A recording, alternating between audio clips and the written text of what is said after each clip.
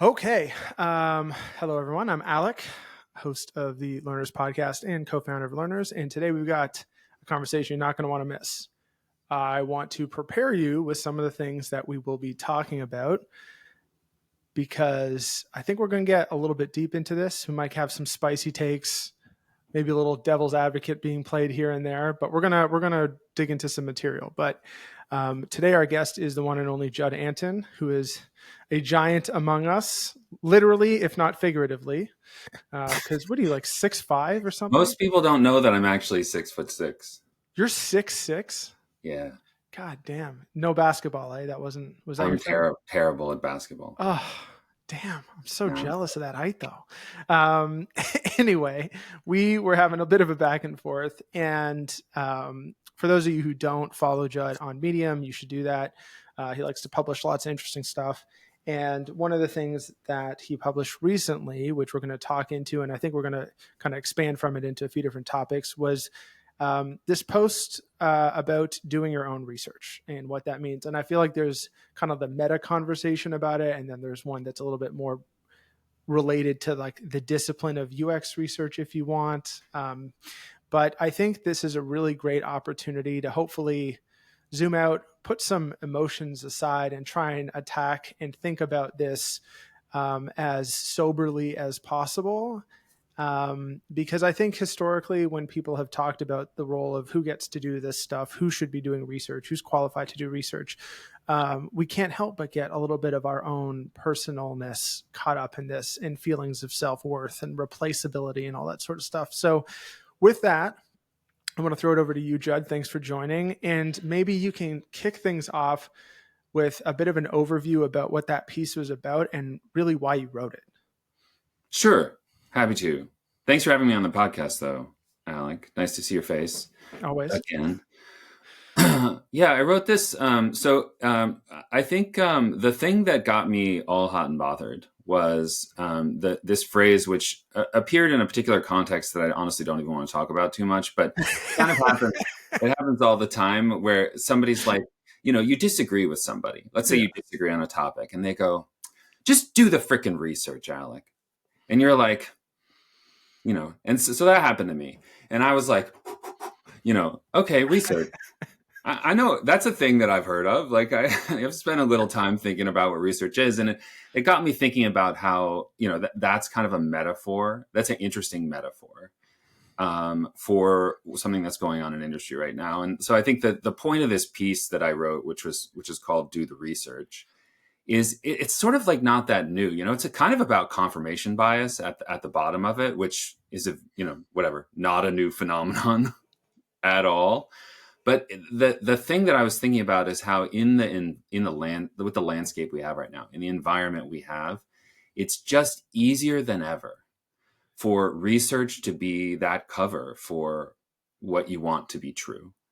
And so the piece is sort of a little bit of a maybe obvious to many sort of accounting of why I think that that's true of our landscape, and I can sort of summarize it pretty briefly, I think, which is to say, number one, just the deluge of information that we have access to right now, like every flavor of qualitative and quantitative data about users, about platforms, and tools that get it all at our fingertips. That was not even really in the last 5-ish years, right, have been this incredible renaissance of tools that allow us to touch every kind of data. And then, then we can sort of end up in the world of our favorite data sources, our favorite customers to listen to, our favorite dashboards, our favorite customer surveys, or whatever have you. And then in the end, it means that you just pick and choose the bits you want to be true. So again, everybody's like, yeah, we know that phenomenon. But it means it got me thinking about this thing. We used to talk about this at Airbnb all the time, what I would call safety blanket research, which I think all the researchers out there listening will be like, oh shit, am I allowed to? Sorry. Yeah. Oh yeah. Let her rip. Do I have to keep a clean mouth, Alec? Not on this podcast. Not on this podcast. So safety blanket research is this idea that it's like, it's research that isn't going to change anything, but it'll make us feel a little bit better about it. You know what I mean? Like, somebody comes, every researcher's had this experience where it's like, well, we just really want to validate the design, or we really like maybe the PM's working on a PRD or something. And they're like, well, we just want something to point to, you know, so that when We already someone made pushes all the back, we can say, decisions. Steve, we did the research. Yeah, yeah. There's a funny, I won't name the company, but many people will be able to guess. But there's a company that sells unbelievably expensive research software. Hmm. And, it comes with services and it has all these features built into it and whatnot. And you're like, how are they able to sell this for like literally some of the contracts are 7 figures a year? And I remember talking especially to like, people who are new research founders or even people just confused about it. And I'm like, look, once you just understand it as an insurance product for executives rather Yeah. than a research tool, it all makes a lot more sense, right? Yeah. Because what they're really doing is selling a process that any executive can point to and say, well, we did the research at the right moments, the Yeah. results came back. So even though this product launch flopped horribly, you can't Yeah. fire me I'm because I did justified. nothing wrong. Yeah. And that's the thing, is that, I mean, like, I feel like, this, I'm going to put this out there. I think this is literally true. Like, tell me if you think this is literally true. But I think that somebody could come to you and I and be like, guys, I need you to do research that yields the following conclusion. I don't think it matters. I think any topic, any conclusion, you and I could do it with a solid veneer of credibility. You know what I mean? Without a doubt. You I know? agree with that 100%. I'm sure you're familiar. Maybe I think it's Mark Twain, the quote, there are three types of lies, damn lies, and statistics. Yeah, And right. the point being that, like, you can make, and this is true for qualitative data as well, obviously, but you can make data say almost anything you want if you try hard enough. And I remember a personal experience where I was running a beta program for a very novel technology at a company up in based out of Waterloo, but I was in Toronto, and I'd be running the program. I'm like, look, the feedback was what it was. Yeah. They thought that the product was at a level A and it was not at that level, and there's still a lot to be done. And they wanted to bring learnings back from the program to the all hands meetings to say, see, the product is great. And, sometimes I would get very direct orders to find something that Yeah. said something good. And honestly, it wasn't that hard. It It's not. really wasn't that hard. If I just focus on users with the following characteristics who did this one function at least 3 times per week, then you see this following result, which looks great. Or, whatever, this quote from such and such person, and in this following context, and you can do any of that thing is true. And I believe wholeheartedly with what you're saying that if somebody gives you a mandate to find a conclusion, you can put together some pretty compelling evidence that it's true, even if it is literally the opposite of true. Absolutely. And for all the people who are like in their sort of quantitative data analysis camp who think they're immune, like, there's you brought, yeah, the Mark Twain quote. There's a book I often refer by Daryl Huff called How to Lie with Statistics, and it's like, I'm sure it's inspired by that Great same quote. title. I like Yeah, it. it's a Can you great send me quote. And that link? Now I want to check it for out. sure, let's put it in the notes. But it's like, it's a great book, and it's just about, the veneer that statisticians have, and like, but how easy it is to manipulate that type of analysis for what you want to be true. Yeah, and one final note on that point. Sometimes when I'm having conversations with early career researchers, and they ask for like book recommendations and whatnot, there's one that I really like. Obviously, it leans a particular way politically, but there's this economist whose name is Thomas Sowell who does a lot of stuff around. He's part of the Hoover Institution Hmm. up at Stanford, and the reason that I sometimes recommend that particular book to researchers is he takes a lot of what you would consider to be, or what many people consider to be, like the common knowledge around, how whether it's people of different subgroups are doing, or how well people in different quintiles of income, whatever it is, Hmm. uses the exact same data that informs the conventional wisdom on it, and tells you why it's the opposite, or why it's the opposite Cool. conclusion. And like, look, whether or not you agree with that, I don't care. It's not, the point is can you do the mental gymnastics to understand how the same data sets can lead to two opposite conclusions? And that's the interesting the thing to learn how to do. Absolutely. And the answer is yes, you can. Yes, the answer is Yeah. yes.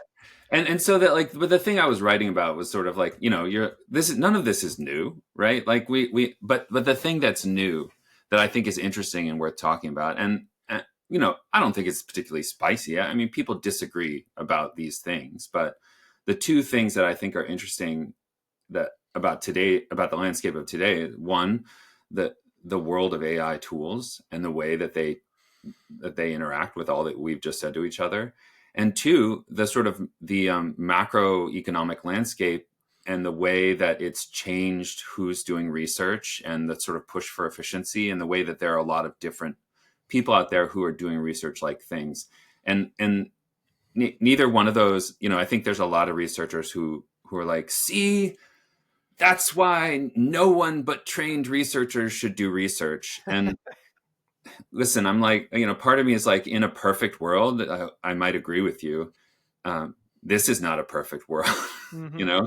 Like, that is never happening. The tools are not going back, and we're not going back on the tools. They're not getting any harder to use. The efficiency push, the democratization, whatever. It's never not going to be that way. So, like, arguing that this is all just an argument for only researchers doing research, I'm like, yeah, definitely for certain, if we can, in certain situations, but I don't think we're ever going to be there. So we got to come up with some other solutions. Mm-hmm. So, zooming out, let's say to 10,000 feet on that line of inquiry, right? So there's no doubt that there is a skill set to, I'm just going to put in air quotes, do research. And I would say there are some key, what's the word? There are some key tenets that are really important to understand, right? And, one, for example, is you don't start with the conclusion that you're looking for, right? Right. You try and understand what are the things that you are trying to learn or explore as a starting point, but, and then you dig into it. Or perhaps you have a hypothesis that's already pre-informed by some other stuff, whatever. And so you have these tenets, and these tenets can be used or ignored. Mm-hmm. How do we think about, or how do you think about the range of capabilities on an individual side, and the range of the set of research problems that somebody is capable of dealing with? Because we're all capable of doing research on a restaurant we want to go to, right? Right. But perhaps we are not capable of reading peer-reviewed scientific literature. Right. Yeah. I mean, what's interesting about your question is, I think you're going kind of where I was thinking too, which is that not all researchers are created equal, and Mm-hmm. and that it's a capability we have to build. Okay, so I liked everything you said. That, like, a good researcher understands the essence of science is falsification, which means looking for disconfirming evidence, right? And that actually we do, like, a good researcher does that in small and large ways through their practice, versus the opposite, which is just like, okay, let's go do the safety blanket research and make the PM happy, because whatever, Right. which is what this sort of average junior researcher does, partly to maintain relationships. That's not wrong, Yep. right? Correct. But partly because they don't know how to turn the sort of wrong into right. So I think Mm-hmm. part of the capability is to say, okay, how do we think someone should handle it when they're asked by a partner, or when they're in a situation where they may end up, with safety blanket research on their docket? Like, what should they do? Because that's a capability every researcher needs to build, and they're not all created equal. So, like, number one, I made a list of these things. Where's the list? I was like, what were the list? Yeah. So, like, the first thing I would say is, like, I don't think researchers should be in the business of outright rejecting those requests. Yeah, I agree. Like, fuck you, we're not doing that. Like, you may feel, I think have that internal monologue, go talk to your manager and say that to each other. But then, Right, you're one-on-one. yeah, one on one behind closed doors. But like saying no, I used to be more dogmatic about like we say no to that type of work. And what I really mean now is like we say no to that formulation of the work. It's like yes to the work, no to the yes to the project, no to the formulation of the project. You know what I'm saying? So I think the first thing a good researcher learns to do is exactly what you said, which is like, hey, tell me why you want to do that kind of research. Like, tell me what you're worried about. Tell me your hypotheses. Like, have the conversation with a partner, which is more about the underlying needs and questions, because then it becomes very easy to do a much more valuable type of research, which will also yield likely insights which will falsify or validate some conclusion, but it's much more than that. And when you show that a few times, people stop asking you. Like people, like the most common form of a research request is like, here's the research request. Here's the research question, and I think you should do a survey, right, or whatever, and or I think you should talk to some users. And then you start to ask 3 questions and you find out that's not the question at all. And a survey is a terrible way to get insights about that question. And so once you start to do that a few times, people stop bringing safety blanket questions or safety blanket projects to you. They bring interesting questions and ask you how they should handle it.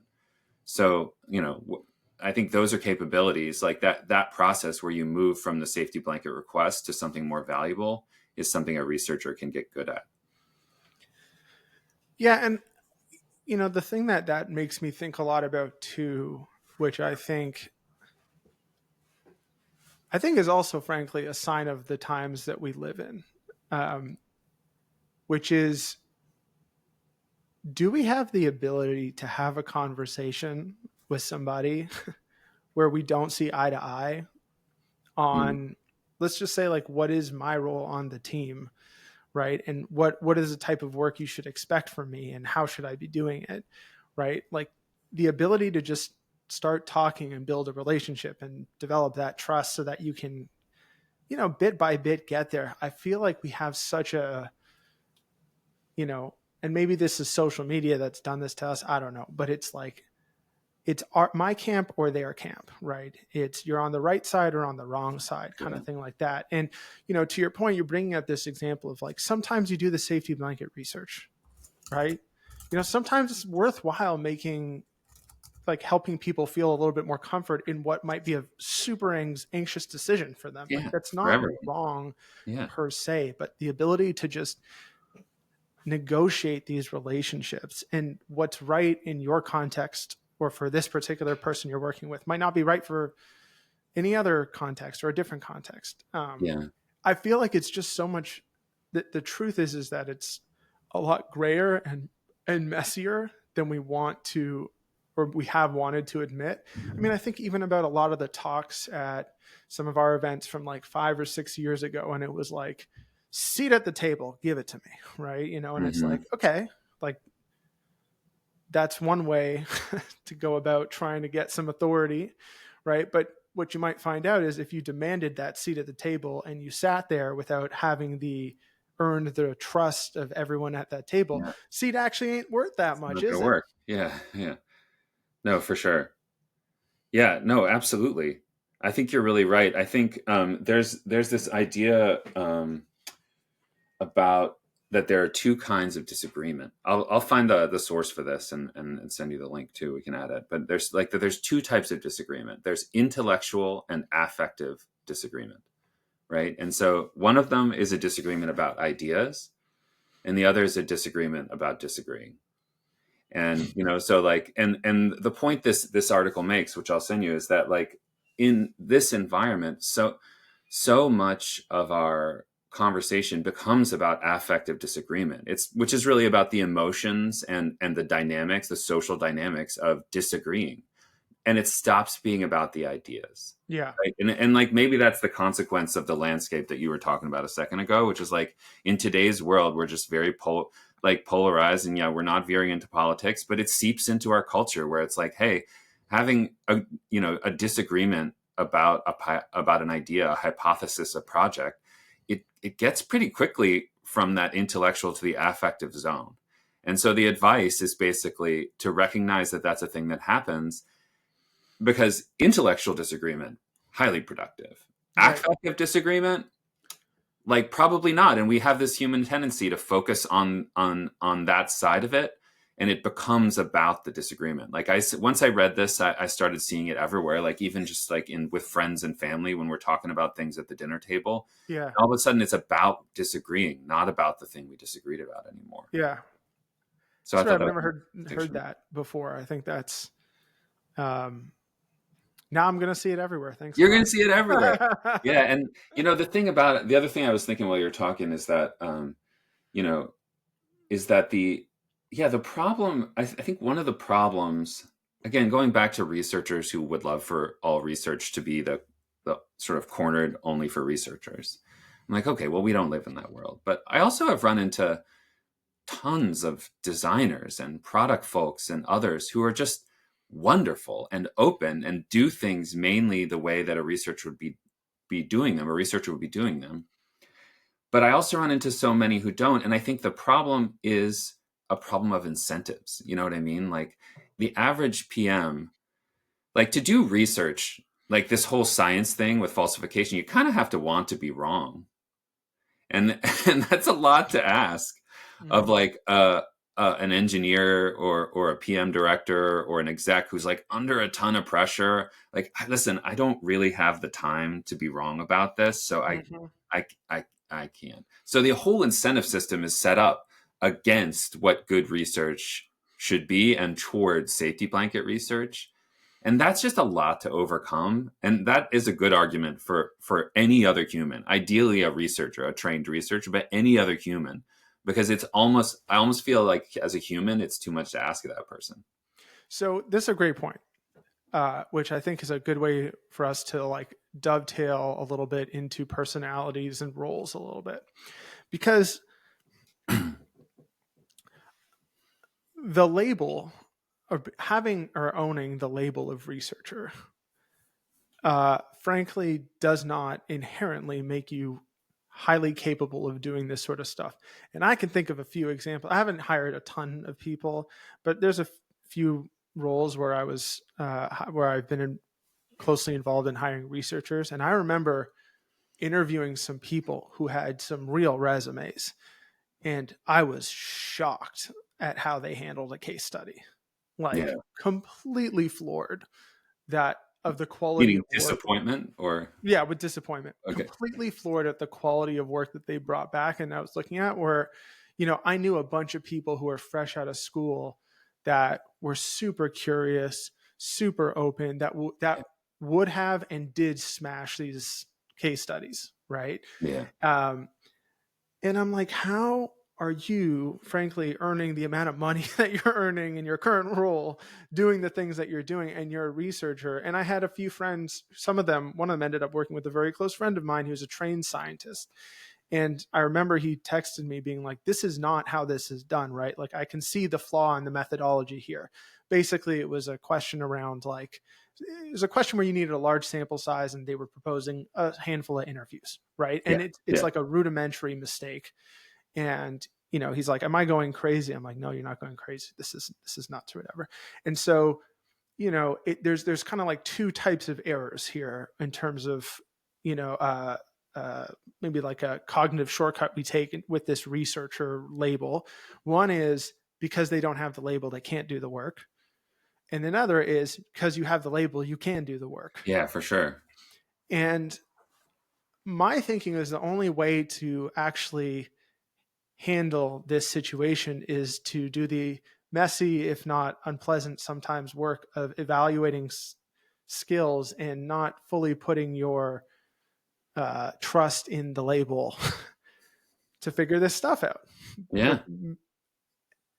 But is there any other, you know what I mean? Like, is there any other way other than just seeing if they have the skills?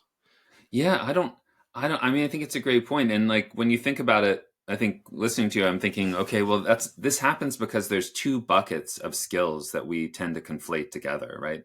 One is the technical skills of doing high quality research, and the other is the all the other things that are necessary to make it matter, the relationship skills, the communication skills, the business knowledge. Like I'm a broken record on this point. You and I have talked about it 1,000 times, but like we continue. So what's weird is like you run into somebody who has like that long resume, and what's weird to me is like, okay, I actually know, I teach at UC Berkeley. There are lots of young professionals I know who are technically excellent, but they haven't been out there in the industry, and it's hard. It's a little bit harder to learn those relationship things, like when you have a seat in the room, how do you use it effectively? Hmm. Is a little bit harder to teach until you've been in the seat for and tried it and messed it up and whatever. So Yeah, you definitely messing it up messed helps it you up. learn how I've to done do it. that. Yeah. So many times I've done that, but so how do it's harder to teach, but then you find this person who's like a 10-year veteran, and do they screw up the technical part, or do they somehow still seem ignorant of the sort of relational part? And that's crazy to me. I think Yeah. that's because we need to be evaluating and educating on those two things in parallel. It's almost the easier thing to do technically high quality research, but it's harder to evaluate whether somebody is really going to be effective at making it matter, which is arguably, and again, it's like this: if a tree fell in the forest and no one was there to hear it again, you did awesome research and nobody gave a fuck.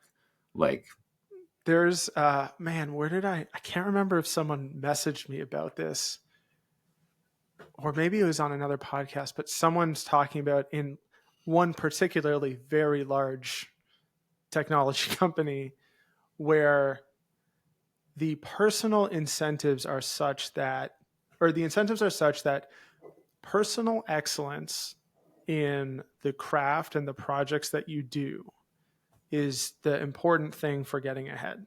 mm, And the outcome of the project, of like the project or product that you're working on itself, is really not so considered in terms of whether or not you get the yeah, promotion. yeah, And so you have tons of like technically sound, really yeah. high craft level projects and very few high quality outcomes at this ultra large technology company. Yeah.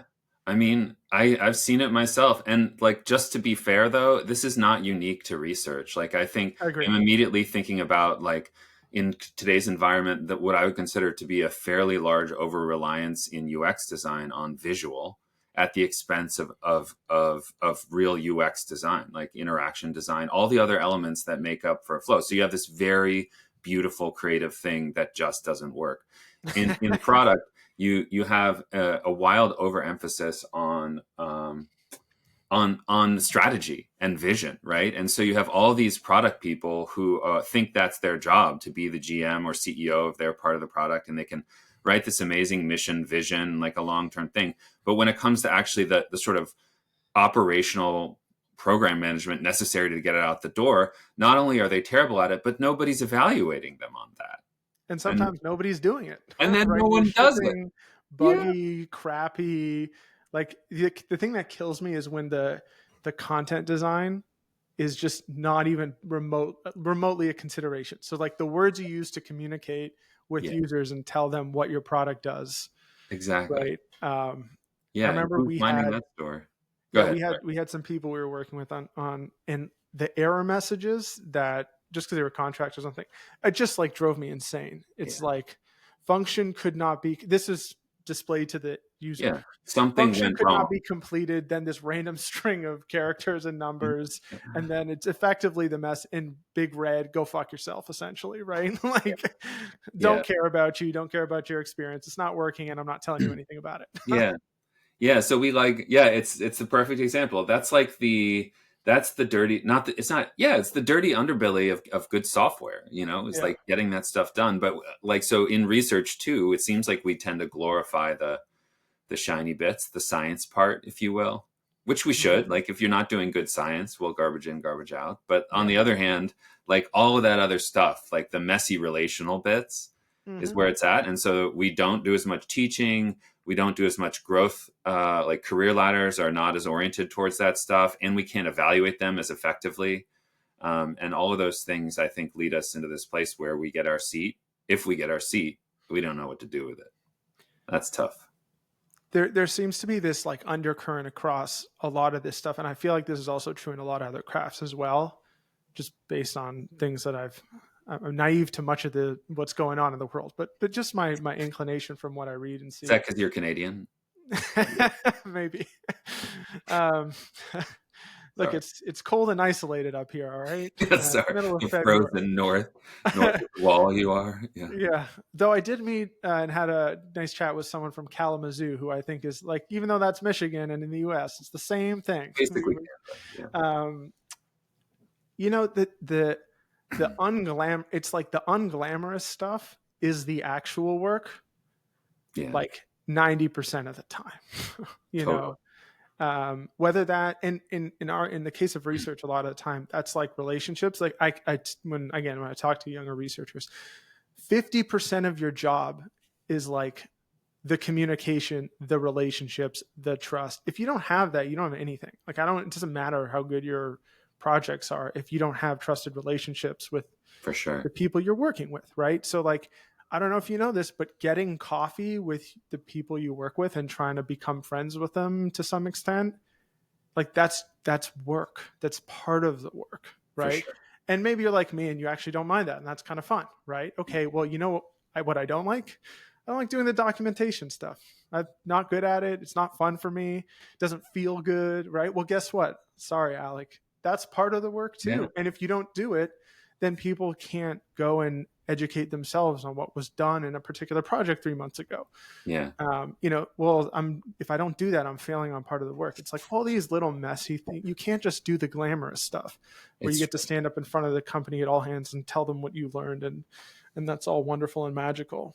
absolutely. It's like, it's all, I would say the relational bits remain the most important bits. And they're like, that's hard for people. Like, I think a lot of researchers want to hang out with other researchers so this happens, I see this equally with like my coaching clients as with students I have in my leadership class at Berkeley, which is like, you ask a question, which is like, so who's the most important in your world person in your world?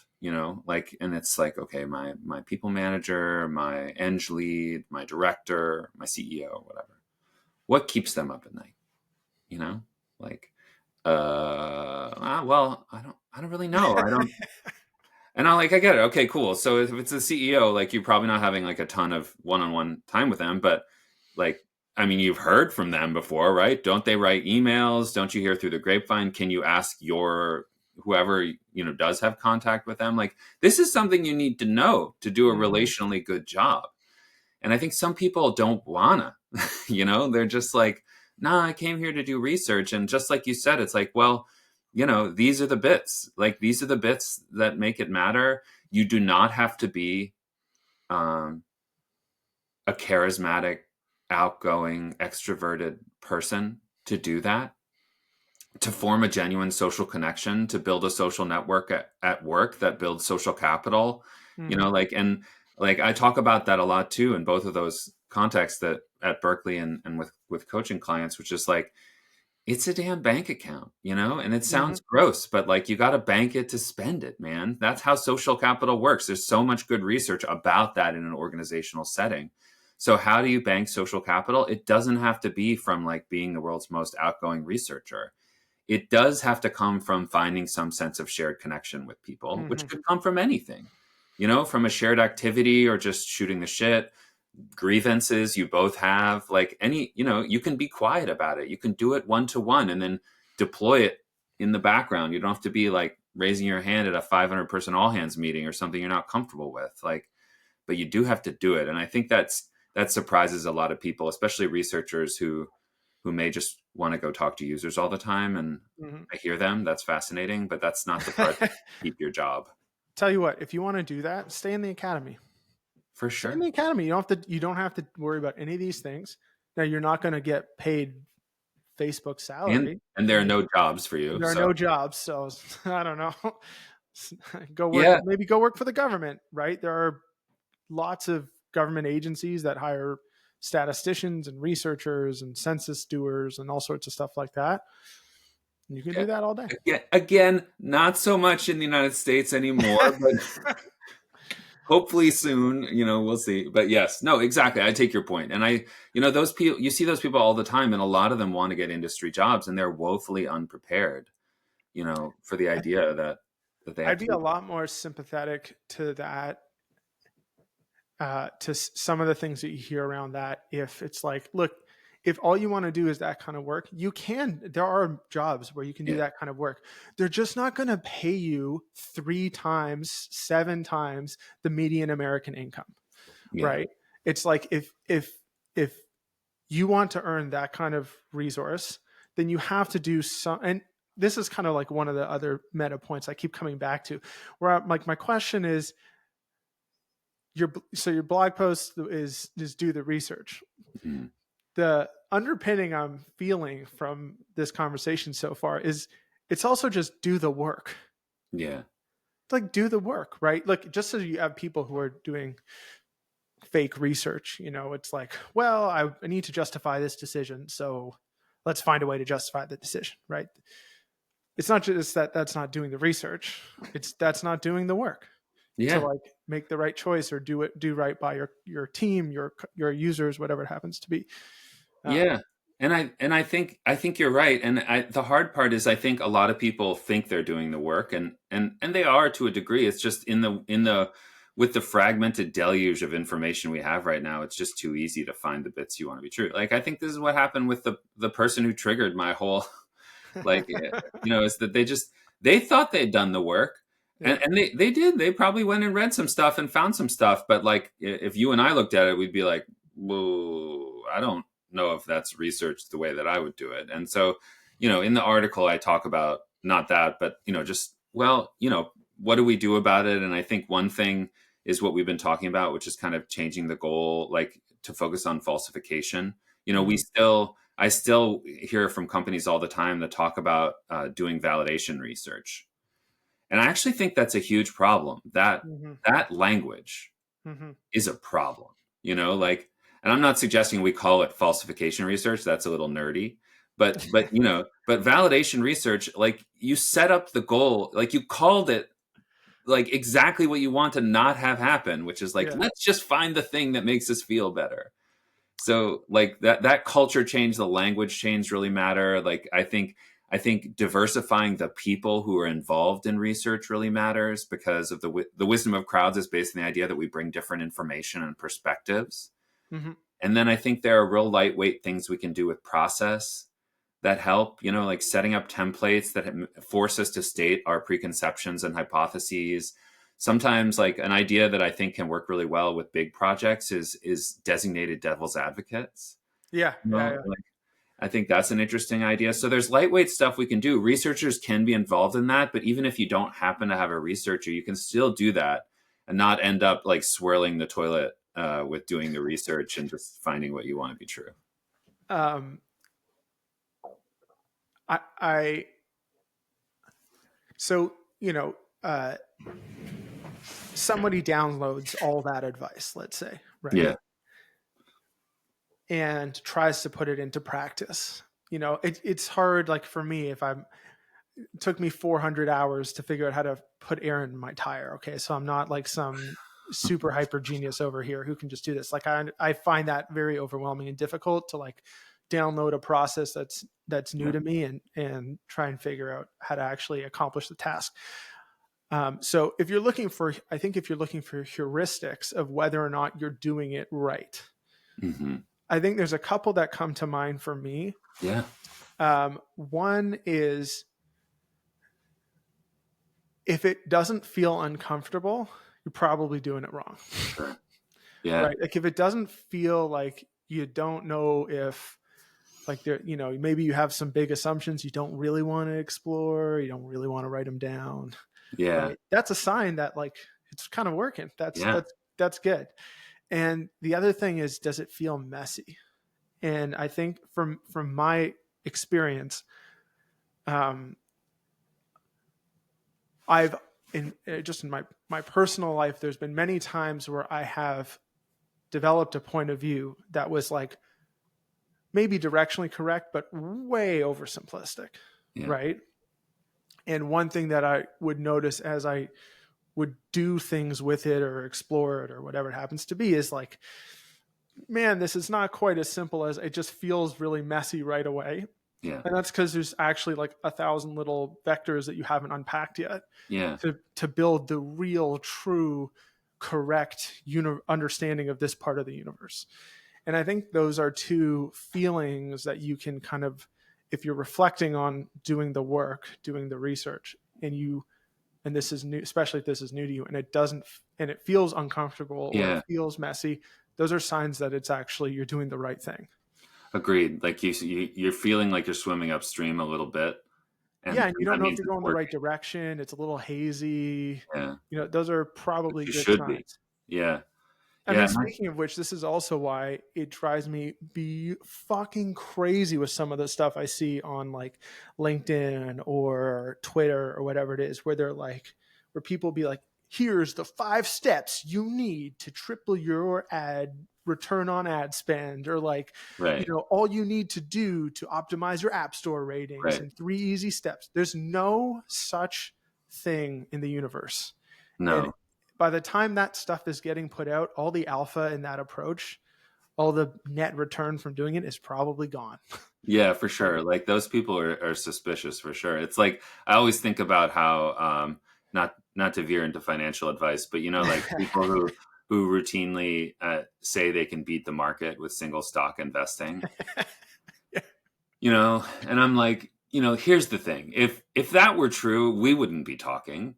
And no, you you would wouldn't you would you get a 1,000x loan on all yeah, your assets and plow them into the stock and not tell anybody about it. yeah, Because you the wouldn't be price goes here. up when you tell You wouldn't everyone. be working here. You Yeah, wouldn't be working anywhere, you wouldn't be right? You selling a certainly wouldn't be newsletter working for course. my local like bullshit bank that wants to sell me investment advice, like buy, sell, buy, sell. Like anyway. So it's like it's not. I think of it's the same thing. Like that's funny money.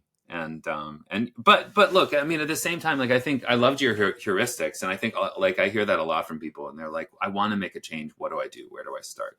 And so, like, to be fair to the 5-item list, like maybe there's a kernel of a place to start, and those they do like does become total BS in terms of like, hey, it's this simple, just do these things. But maybe some of the heuristics you said, and the other heuristic I would say, or maybe not a heuristic, but like an action that is important is time, because a lot of the barrier I hear and understand is that like all of this is good and well, but I have 3 projects to do, and Mhm. like this person came to me with this project like late in the game, and so I don't have the time to like work through it with them. And so I'm like, great, that is a reality you have. It is also a reality that you have some control over, whether you know it or not. So just take Mhm. one project and push it upstream. Push it upstream far enough. Try to see one project far enough ahead that you can have the time to do things like change the goal, like bring some friends, build a little bit of process to make you feel like it's messy and uncomfortable and it's working and stuff like that. But just once, start by trying to give yourself the time and space to do it, because like work is crazy, and I think that's why a lot of people end up honestly with AI tools, because they're Oh like yes. they thought about it too late. And my favorite thing, I have this link in the article on my blog, but is this op-ed from that I read in Scientific American, where they call AI bullshit machines, and it's like, but this is a technical definition because Uh-huh. like from philosophy, right? Because like when you think about it, a bullshitter um, has some truth, but honestly, they don't care what's true because it's not the point. Mhm. And I was like, yes, that's the thing. Like AI cannot care what's true. It is the fundamental BS machine. And you turn to it in a moment where you're hoping for the easy way out to not do the work, like you said. Mhm. And you turn to it when you don't have the time, which I Mhm. understand. And you may think that it's better than nothing. Mhm. And I'm sure that's true sometimes, Sometimes, but not all the time. not all the time. Which is part of the problem with it in general is um, I've told this story many times, but one of the unique things about research as a craft is if you're a designer and you're not good at design, people will know very quickly, Yeah. generally speaking, Yeah. and they just won't use your stuff or they'll work Yeah. around it in some way. If you're bad at research in a particular way, you can turn the boat around and start rowing it in. Not only are you not moving forward, but you can convince the rowers of the boat to start rowing in different directions or the opposite direction, right? You have that power to misdirect, which is Yeah. kind of scary, which It's is so why you have to scary. be extra careful.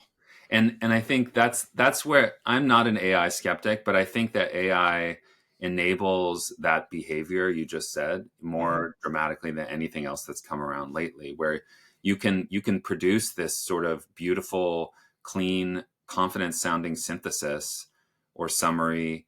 And the thing is, so here's the thought. Here's an experiment I've done. You should do it. I don't know if you've done this, but I would recommend this, especially, and to any researcher, to any non-researcher who would hear this, I recommend this experiment. Like, take a question, any question, and think of the two sides that you might come down on. I can't think of any non-politically charged example of this, but yeah, which is better, dogs or cats? Sure. Yeah. And then think of how you would frame the question in the context of, so frame it in, write two prompts for an LLM. And each one kind of frames the question like subtly like I'd like to find some research which emphasizes which talks about the health benefits of owning dogs, or cats, depending. So write the two prompts, Yeah. see what comes out. You know what I'm saying? So you're writing two prompts which subtly present the same question, but with a bias towards either outcome. Mm-hmm. Guess what will happen? The, Judd, tell me, I'm the on the edge AI of my seat. will I can't imagine. replicate the bias in your prompt Mm. most of the time. Now, I'm not saying that it'll Oh like not. dear. I'm not saying that it'll not present other potential evidence, and that if you say something factually wrong, I've gotten far enough where it's like flat earthers are not going to have any luck with this, But for Judd, everything. we said no politics on the podcast. Sorry, sorry, Okay, sorry, do sorry. not offend the Flat Earth Society. That's not politics. That's stupidity. Okay. Anyway, but most things are not like that. They live in a different gray area. So my point is just, anyway, going back to the BS machine. You know what I mean? Like, there's nothing that enables the behavior you just described, like the ability to short circuit doing the work, than the new AI tools, which we give this veneer of credibility to, and start thinking they can substitute for the other types of work that we need to keep doing. And I think that was my whole point, is like, sure, confirmation bias has been a thing for as long as humans have been a thing. But this landscape feels particularly dangerous, especially when we're talking about UX research. Yeah.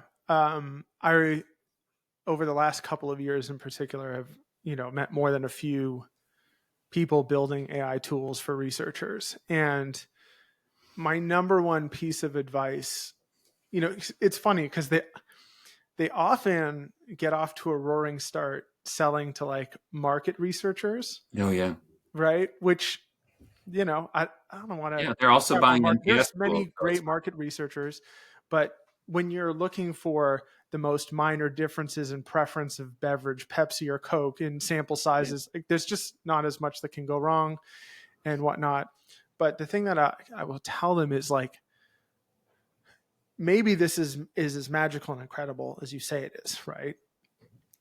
But if you want to sell this to like properly trained researchers who really know how to do the work, know how to make an impact, um, you have to help them understand how it works and give them the opportunity to like test against that too.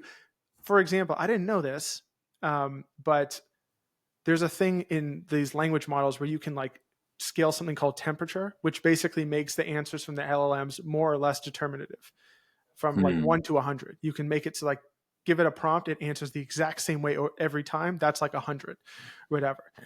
I don't know. I didn't know that. I don't know any researchers that know that. Like, Huh. we don't know how these things work, and until Yeah. you know that you figure out how they work, it's going to be a hard sell to a lot of them. Like, it's a magic black thinking box or thinking black box, whatever the term is. That's Yeah. going to be a hard time. For That's going to be a hard doing research. time. Judd, Interesting times we live in, Alec. It is. Um, this was a really fun, cathartic conversation. And my hope is anybody who's been listening and feels a little bit more comfort in the messiness, feels a little bit more comfort in doing the work, and hopefully for those that think they're doing the research but aren't doing the research, maybe they can start having a conversation and start building a relationship around that to just bit by bit bring Yeah. people closer to the work, because that's how we make things better. We actually have to do the parts we don't want. We have to do the work. All the messy parts too. Yeah, and I think I thank you for this conversation. I think it's been great, and I think we got in parts to practical tips and advice, but I feel like I get that feedback a lot where it's like, well, okay, but what am I supposed to do? And I'm like, I hear you. However, this is one of those cases where hopefully it's just valuable to think about the nature of the problem, because context matter, and we're all just discovering it, and we're half wrong about everything you and I have said anyway. But like having the conversation is hopefully a useful thing to do, and so I appreciate you creating a forum for that. Always, man. Well, we'll have to have you back soon once we have learned more about what the AIs are capable of doing, and there's more people doing less of the work, and we got to bring them back to it again in 6 months or whatever it is. Sounds like a plan. Cool. It's great to have you. I will talk to you soon. Thanks everyone for listening in. Don't forget to hit that like, subscribe, rate if you like it. If you don't like it, just close it. It's fine. Don't rate it. And we will catch you next time. All right. See you See later. y'all. Thanks, Alec.